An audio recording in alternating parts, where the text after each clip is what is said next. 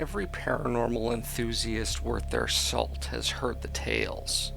Salt the doorways and the windowsills to prevent evil spirits from entering a home. Create a circle of salt to stand in, and evil spirits won't be able to harm you. Toss a pinch of salt over your left shoulder and ward off spirits that may be following you. But why salt? Out of curiosity, I began to research the topic, but came up mostly empty-handed. I stumbled upon baptism rituals, spells of protection that use salt, and even a recipe for holy water. Exodus 30:35 from the Holy Bible states, "And thou shalt make of it incense, a perfume after the art of the perfumer, seasoned with salt, pure and holy." But even still, there's no reason given as to why salt should or could protect you from evil. I did, however, open up some doors to potential theories. As early as the 6th century, Moorish merchants routinely traded salt ounce for ounce with gold, and several other cultures actually used salt itself as a currency, including the Roman Empire, who routinely paid their soldiers with the now common spice. Now, salt held many purposes, which is why it was so widely sought after. In addition to a spice which flavored food, it was also a natural cleanser and could be used to scour out pots to remove rust.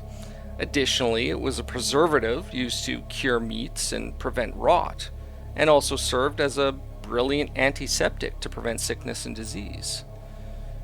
During these dated times, salt would have been nearly a miracle drug, capable of staving off death and disease, giving it an almost holy status. During the biblical times, salt was also used as an offering to God. Leviticus 2:13 from the Holy Bible stated, "With all thine offerings thou shalt offer salt." So you can see salt was very valuable during this era.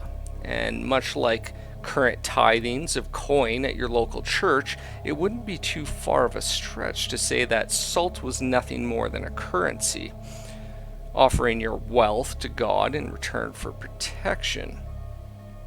In the past, it was custom to also salt and burn a conquered city, theoretically so nothing would grow there and as a warning to others who would think to return. The Romans supposedly did this with Carthage. However, what if this was for hygienic reasons, as mentioned earlier? Given the time period, battle would have been very grotesque, the ground littered with blood and body parts. Salting the earth could have been a disinfectant to prevent disease and rot, or perhaps protection from vengeful spirits?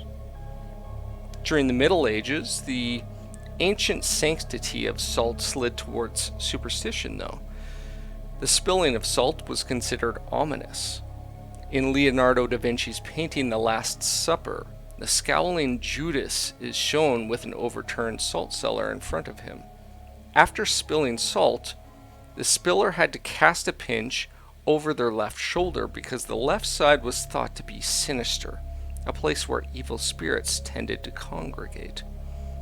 According to old Norwegian superstition, a person will shed as many tears as will be necessary to dissolve the salt spilled.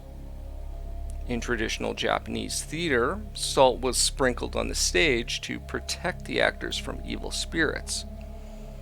So, was salt a mythical wonder drug, its tale twisted and weaved through the word of mouth until it gained holy and pure status? Could its preservation and ability to fend off rotten disease actually have the power over the dead? Let me know what you think in the comments below.